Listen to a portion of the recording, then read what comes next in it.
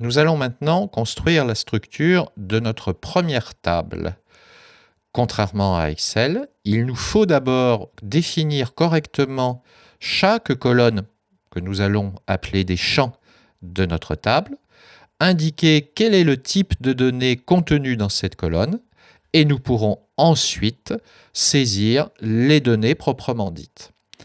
Par défaut, lorsque j'ai créé ma première base de données, Access a créé une première table qu'il a nommée Table 1. Cette table 1 m'est proposée dans un mode d'affichage qu'il va appeler un mode d'affichage de données. Ce mode d'affichage, vous pouvez le changer si vous allez dans l'onglet Outils de table et dans le sous-onglet Champs, qui devrait d'ailleurs vous être proposé par défaut. Vous trouvez tout à fait à gauche une icône appelée Affichage. Pour l'instant, elle représente le logo, l'icône d'une règle avec une équerre et un crayon. Je développe ce mode affichage en cliquant sur la petite flèche noire. J'ai deux modes d'affichage pour les tables. Le mode feuille de données qui permet la saisie des données. C'est le mode actuellement affiché sur mon écran. Et j'ai d'un autre côté le mode création qui va me permettre de définir la structure de ma table. Vous aurez donc pour beaucoup des objets d'Excel, les tables, les requêtes, les formulaires, la dualité, le choix entre ces deux modes. Lorsque je suis en mode de création, le logo de l'équerre et de la règle, je peux définir la structure de l'objet, ici des tables, et lorsque je suis en mode feuille de données, je peux procéder à la saisie de mes données. Je vais donc faire l'option de choisir le mode de création. Je clique sur l'option mode création. Comme la table n'avait encore jamais été enregistrée, nous avions enregistré la base de données, mais pas la table. La table doit être enregistrée.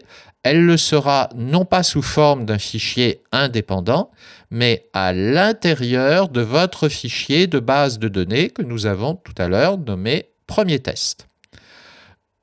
Je dois lui donner un nom. Le nom de la table est absolument libre, mais il est d'usage de respecter quelques règles, notamment de préfixer ce nom par 2 ou 3 lettres, par exemple ici TBL, qui m'indiqueront qu'il s'agit d'une table. Je pourrais donc sans problème distinguer l'objet table d'un objet requête. TBL, underscore, le chiffre 8 en minuscule, parce qu'on va éviter d'utiliser des espaces. Les espaces sont tout à fait autorisés, mais pourraient plus tard vous causer quelques soucis lorsque vous développerez des modules ou des macros. Donc TBL, underscore, et ensuite le nom de ma table, par exemple, client. Elle contiendra la liste de mes clients. Je valide par OK. Et là, Access bascule en mode de création. Je vérifie que je suis bien dans l'onglet qui s'appelle TBL client. Et j'ai pour l'instant un seul champ, une seule colonne, qui s'appelle par défaut numéro et qui comporte un type de données appelé numéro auto. Ce nom de champ numéro, personnellement, je n'aime pas trop l'usage du caractère du petit zéro, la énième. Je préfère l'appeler num underscore client. Encore une fois, les espaces sont tout à fait autorisés, mais personnellement, par habitude, je sais que les développements futurs seront plus faciles si je n'ai pas d'espace dans le nom des champs.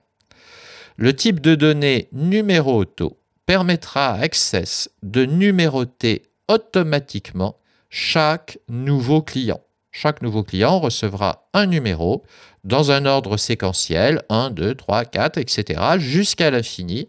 Je ne pourrai pas modifier ce numéro, mais il y aura une garantie d'unicité. Un client aura un numéro et deux clients ne pourront pas avoir deux numéros identiques. Chaque numéro sera absolument propre pour un client. Il ne pourra pas y avoir d'homonyme au niveau du numéro. Dans l'étape suivante, nous allons découvrir les autres types de champs.